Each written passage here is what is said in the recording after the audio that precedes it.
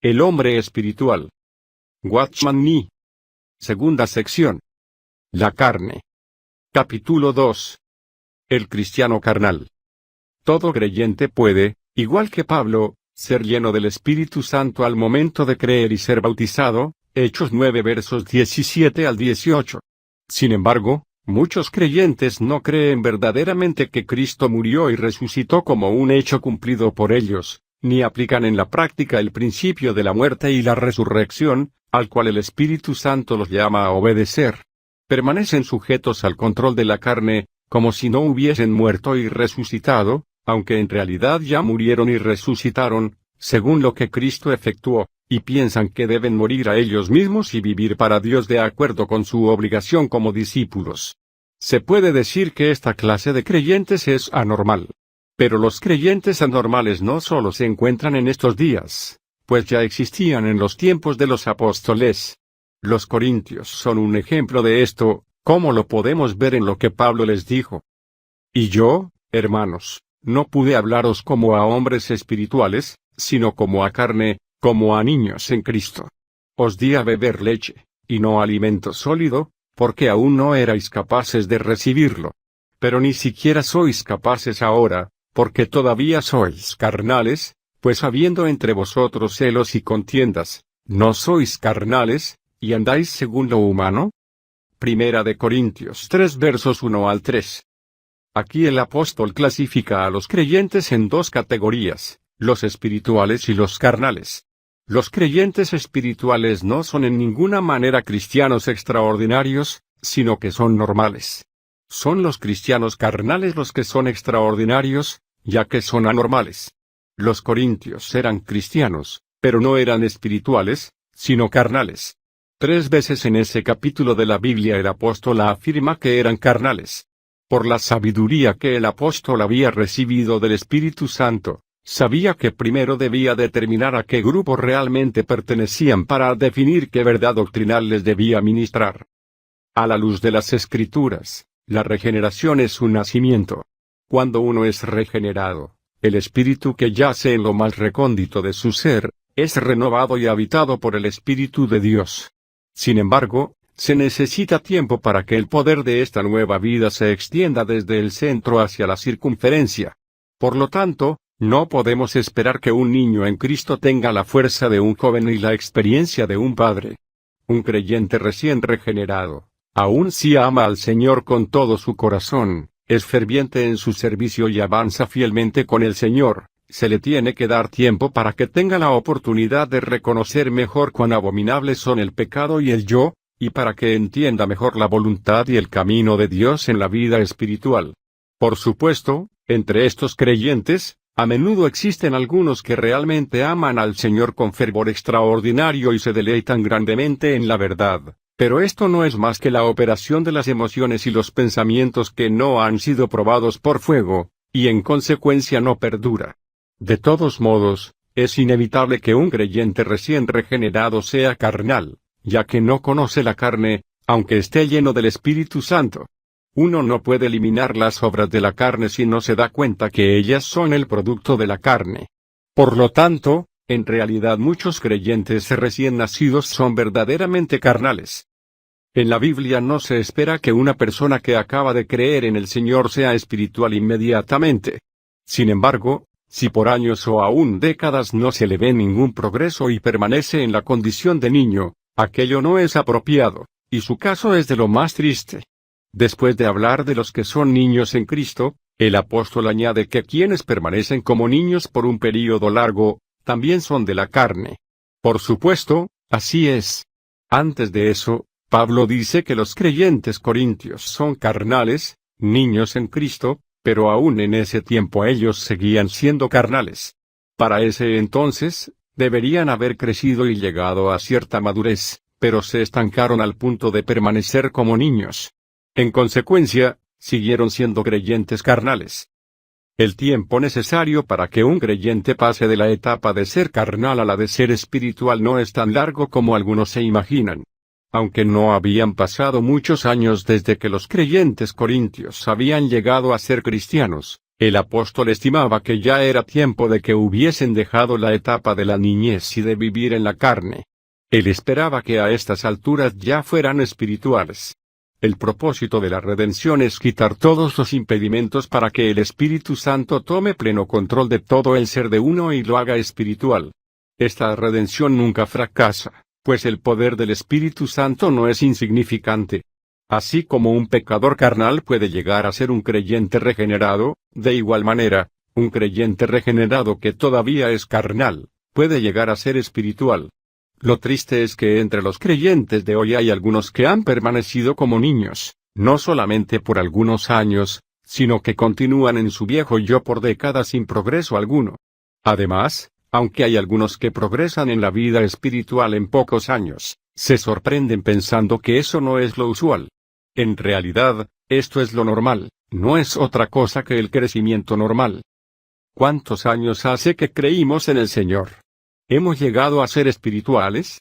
No debemos llegar a ser niños viejos, lo cual causa aflicción al Espíritu Santo y nos trae pérdida a nosotros mismos. Como creyentes regenerados debemos anhelar una vida espiritual completa y debemos permitir que el Espíritu Santo sea amo y Señor en todo, para que pueda en el menor tiempo posible guiarnos a lo que Dios ha preparado para nosotros. Por ningún motivo debemos desperdiciar nuestro tiempo quedándonos estancados. Podemos investigar las razones por las que una persona permanece como niño por tanto tiempo, sin crecimiento alguno. Por lo general, hay dos razones. Una es que quienes cuidan de los creyentes, solo prestan atención a la gracia de Dios y a la posición que los creyentes tienen en Cristo, y no los instan a ir en pos de experiencias espirituales, o ellos mismos, por desconocer la vida en el Espíritu Santo, son incapaces de guiar a los que cuidan a una vida más abundante.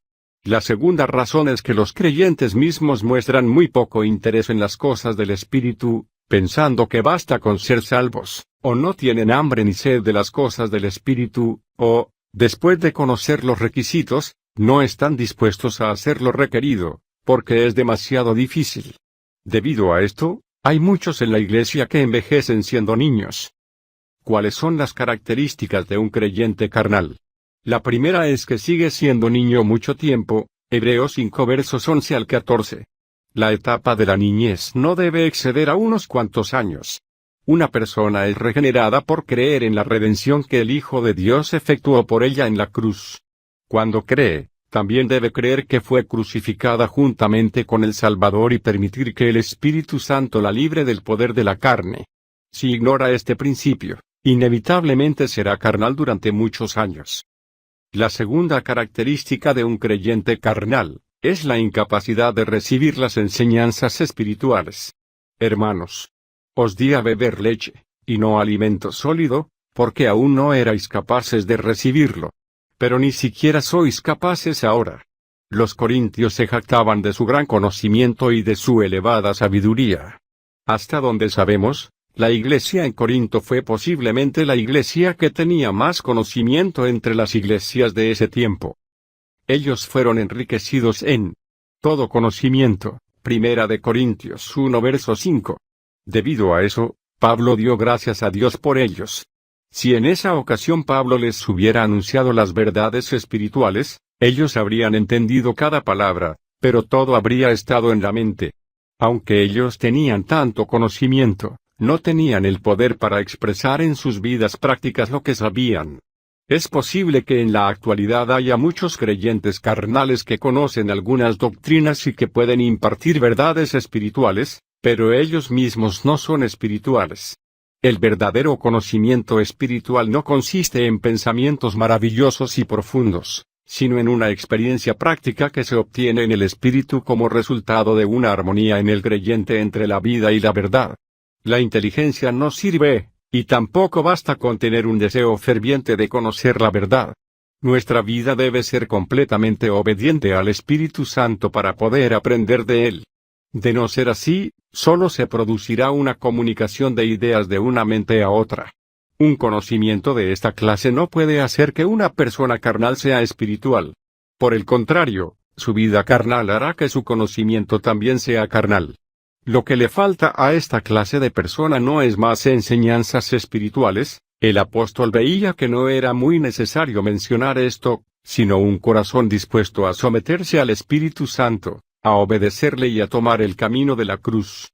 El conocimiento espiritual solo fortalece la carnalidad de una persona así, y le ayuda a engañarse a sí misma, pensando que es espiritual, pues si no fuera así, ¿cómo podría saber tantas cosas espirituales?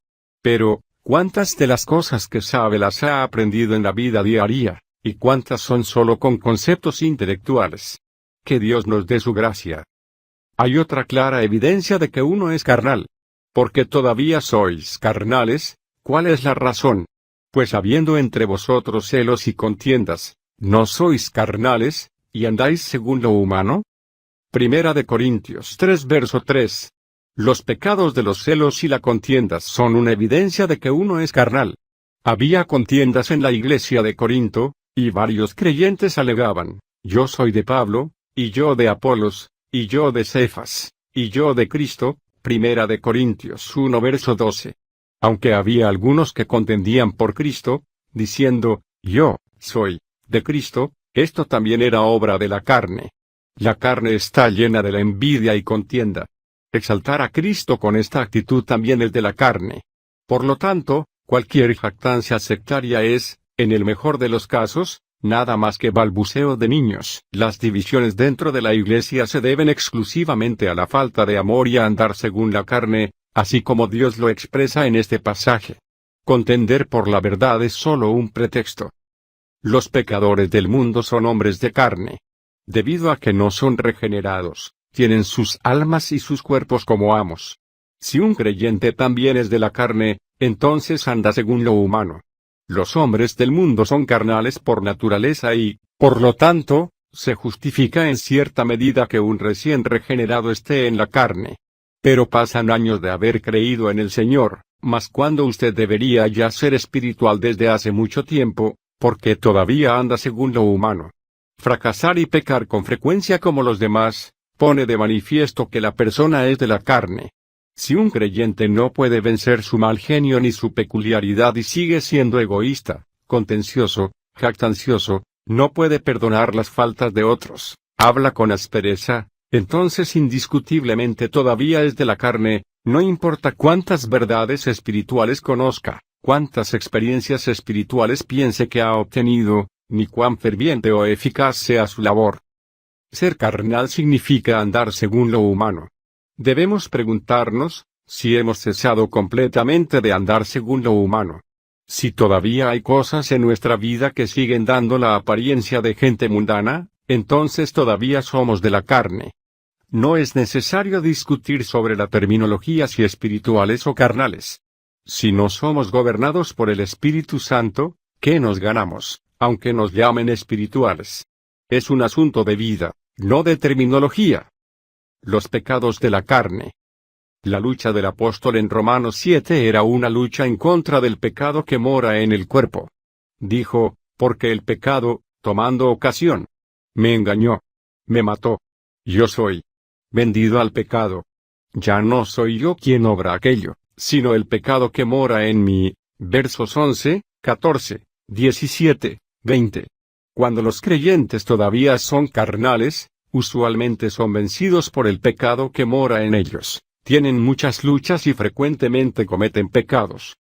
Las exigencias de nuestro cuerpo, generalmente están clasificadas en 3 categorías: el nutrimiento, la procreación y la defensa.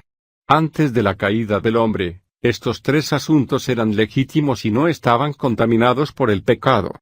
Pero después de que el hombre cayó y heredó la naturaleza pecaminosa, estos asuntos se convirtieron en el medio para cometer pecados. Debido a que necesitamos alimento, el mundo hace uso de la comida y la bebida para seducirnos. La primera tentación que confrontó la humanidad se relacionó con este asunto.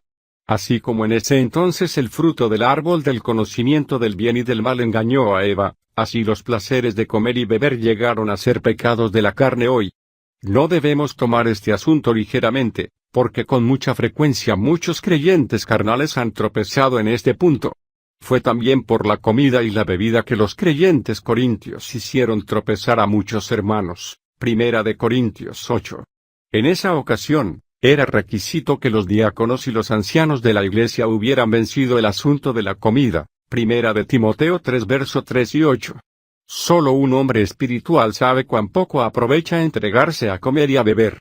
Por lo tanto, ya sea lo que uno coma o beba o haga cualquier otra cosa, debe hacerlo todo para la gloria de Dios. En segundo lugar, después de la caída del hombre, la procreación se convirtió en la concupiscencia del hombre. En las Escrituras, la concupiscencia y la carne están generalmente unidas. Aún en el huerto de Edén, la codicia despertó la concupiscencia y la vergüenza. Pablo en su primera epístola a los Corintios también menciona juntos estos pecados. Primera de Corintios 6 versos 13 y 15. Inclusive consideraba que la borrachera estaba relacionada con la inmundicia, versos 9 y 10. Finalmente, tenemos el asunto de defendernos. Cuando el pecado nos controla, el cuerpo comienza a demostrar su fuerza en su intento por preservarse. Cualquier cosa que amenaza nuestra paz, nuestra felicidad y nuestra comodidad debe ser combatida. La manifestación de esto se ve en el enojo y los pleitos, los cuales provienen del temperamento del hombre, cuyo origen es la carne y, por ende, son pecados de la carne. Muchos pecados se producen directa e indirectamente al tratar de defendernos, ya que el poder motivador interior es el pecado. Obramos con el fin de preservar nuestros intereses personales, nuestra existencia, nuestra reputación, nuestra opinión y muchas otras cosas más. A partir de esto cometemos los pecados más horribles del mundo. Si analizamos los pecados del mundo uno por uno, veremos que generalmente se relacionan con las tres categorías mencionadas anteriormente. Un cristiano carnal es controlado, cuando menos, por una de esas cosas. Sin excepción, los hombres del mundo están sujetos al control de los pecados del cuerpo, lo cual es apenas de esperarse, ya que no son regenerados y todavía son de la carne. Pero no es normal que una persona regenerada fluctúe incesantemente entre la victoria y la derrota, que no pueda librarse del poder del pecado y que permanezca en la carne. El creyente debe permitir que el Espíritu Santo escudriñe su corazón para que la luz de Dios lo alumbre y pueda conocer lo que prohíben la ley del Espíritu Santo y la ley de la naturaleza, lo que le impide tener dominio propio y le impide servir a Dios libremente en el Espíritu. A menos que esos pecados sean eliminados, no tenemos posibilidad de entrar en la vida espiritual. Las cosas de la carne. La carne tiene muchas salidas. Ya vimos que ante Dios, la carne es enemiga de él, y es imposible que ella le agrade. Sin embargo, si el Espíritu Santo no le revela esto al creyente o al pecador, no podrán saber cuán despreciable, cuán horrible y cuán contaminada es la carne a los ojos de Dios. Solamente cuando Dios por su Espíritu revela la verdadera condición de la carne, el hombre puede rechazarla de acuerdo con la perspectiva de Dios. Por el lado del hombre, las manifestaciones de la carne son evidentes. Si no se justifica a sí mismo ni satisface los deseos de su carne, Efesios 2 verso 3, seguramente verá cuán corruptas son las manifestaciones de la carne desde la perspectiva del hombre. En Gálatas 5 versos 19 al 21 se enumeran los pecados de la carne para que no haya posibilidad de que alguien entienda mal, y manifiestas son las obras de la carne, que son, fornicación, inmundicia, lascivia, idolatría, hechicerías, enemistades, contiendas, celos, iras, disensiones, divisiones, sectas, envidias, borracheras, orgías, y cosas semejantes a estas.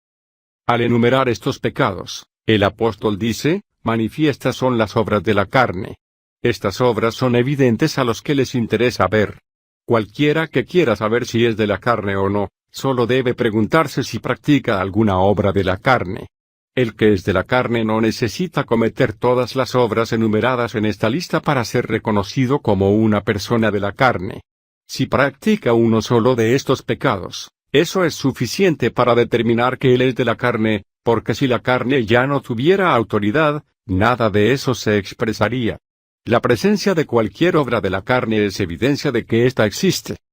Los pecados mencionados pueden dividirse en 5 categorías. 1. Pecados del cuerpo que son extremadamente corruptos, tales como la fornicación, la inmundicia y la lascivia. 2. Pecados asociados con Satanás y comunicaciones sobrenaturales con él, tales como la idolatría y la hechicería. 3. Pecados relacionados con el mal genio, como por ejemplo las enemistades, los pleitos, los celos y las explosiones de ira. 4. Pecados relacionados con divisiones religiosas, tales como las disensiones, las divisiones, el sectarismo y la envidia. Y 5. Pecados relacionados con el libertinaje, tales como las borracheras y las orgías.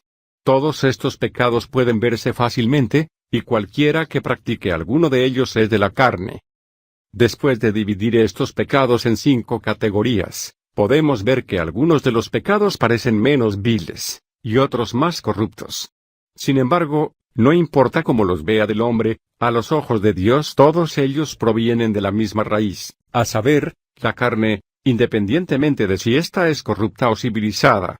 Los creyentes que cometen los pecados más corruptos, se dan cuenta fácilmente de que ellos son de la carne. Es más difícil para los que pueden vencer esos pecados que son comparativamente más corruptos. Por lo general, ellos piensan que son mejores que los demás, y no admiten fácilmente que todavía son carnales. Piensan que si no cometen los pecados más viles, no andan según la carne y no se percatan de que la carne es carne, no importa cuán civilizada parezca. Aunque enemistades, disensiones, divisiones, sectas puedan parecer más limpias en comparación con fornicación, inmundicia, lascivia, orgías, todas ellas son fruto del mismo árbol. Ojalá que podamos orar con respecto a estos 3 versículos delante de Dios, para que el Señor abra nuestros ojos y podamos conocernos a nosotros mismos. Que nos humillemos por medio de tal oración. Que oremos hasta llorar y gemir por nuestros pecados, hasta que comprendamos que solamente hemos asumido el nombre de cristianos, o peor aún, el de cristianos espirituales, cuando en realidad nuestra vida sigue llena de las obras de la carne. Que podamos orar hasta ser reavivados en nuestros corazones y estemos dispuestos a abandonar todo lo que es de la carne, para que la gracia de Dios nos sea aplicada. El primer paso en la obra del Espíritu Santo es dejar al creyente convicto de pecado, Juan 16 verso 8. A menos que el pecador esté consciente del pecado por medio del Espíritu Santo, no podrá ver la perversidad de sus pecados ni podrá refugiarse en la obediencia de Cristo para huir de la ira futura. Pero tal persona debe estar consciente del pecado una vez más, ya que como creyente debe estar convicto de pecado. Si no nos damos cuenta de lo horrible y lo perverso de la condición de nuestra carne, lo cual produce una profunda contrición, no llegaremos a ser hombres espirituales. Los pecados cometidos difieren de una persona a otra, pero todos somos igualmente carnales. Esta es la hora en que debemos humillarnos, postrarnos delante de Dios y permitir voluntariamente que el Espíritu Santo nos deje convictos de nuestros pecados una vez más. La muerte es necesaria. Cuanto más iluminación reciba el creyente de parte del Espíritu Santo, más claramente verá la lamentable condición de la carne y más intensificará su lucha contra ella, pero también más frecuentes y evidentes serán sus fracasos. En la derrota, el Espíritu Santo le revelará con mayor claridad el pecado y la debilidad de su carne, lo cual producirá en él un profundo sentir de reproche para consigo mismo y una intensa determinación de luchar contra el pecado de la carne. Esta reacción en cadena de sentirse miserable se puede extender bastante tiempo, y solo será librado totalmente cuando comprenda las obras profundas de la cruz. Es muy significativo y profundo que el Espíritu Santo guíe al creyente por dicha senda, por medio de derrotas y aflicciones. Antes de que la cruz pueda realizar su obra profunda, el hombre debe entrar en un proceso de preparación que le permita con el tiempo aceptar la obra de la cruz sin impedimento de ninguna clase.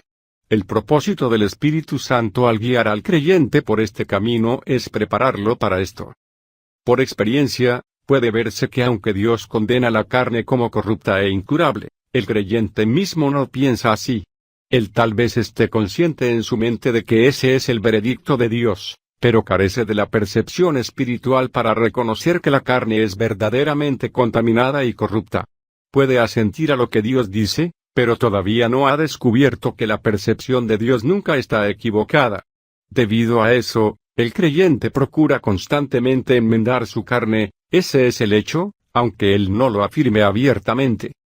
Dado que muchos creyentes no entienden el camino de la salvación, intentan vencer la carne peleando contra ella. Piensan que la victoria o la derrota se decide por la medida del esfuerzo que hagan. Por lo tanto, esperan con todo su corazón que Dios les dé más poder espiritual para vencer la carne. Esta batalla se extiende por un largo período. Sin embargo, siempre habrá más derrotas que victorias y ningún prospecto de un triunfo total sobre la carne. Durante este tiempo, el creyente sigue, por un lado, peleando la batalla y, por otro, trata de enmendar y mejorar la carne o someterla y corregirla. Él ora, lee la Biblia y establece una cantidad de reglas y preceptos con la esperanza de subyugar, cambiar y controlar la carne.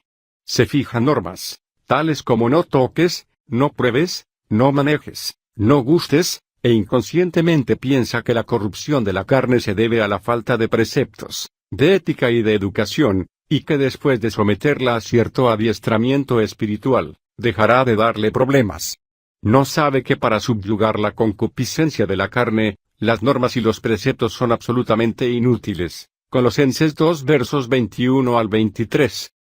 Por un lado, el creyente trata aparentemente de erradicar la carne, pero al mismo tiempo procura mejorarla. En tales circunstancias, el Espíritu Santo le permite seguir luchando y sufrir la derrota, y le deja agobiado en sus propias acusaciones y remordimientos, con el fin de que al pasar por esas situaciones unas cuantas veces, comprenda que la carne no tiene remedio, que su método es inútil y que debe haber otro camino de salvación.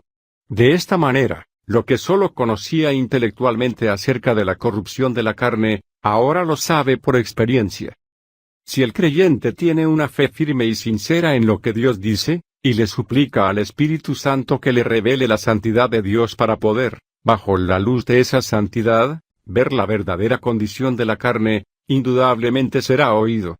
De este modo, quizás se ahorre algunos sufrimientos de los que ha experimentado. Sin embargo, hay muy pocos creyentes en esta condición.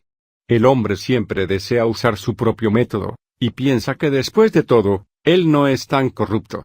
Pero la lección debe aprenderse, por consiguiente, el Espíritu Santo pacientemente le permite aprender poco a poco mediante la experiencia, acerca de su yo. Ya vimos que no podemos obedecer a la carne y que tampoco podemos educarla ni enmendarla. No importa el método espiritual que se emplee, simplemente es imposible cambiar en lo más mínimo la naturaleza de la carne. Entonces, ¿qué podemos hacer? La carne debe morir. Es lo que Dios determinó. La muerte es el único camino.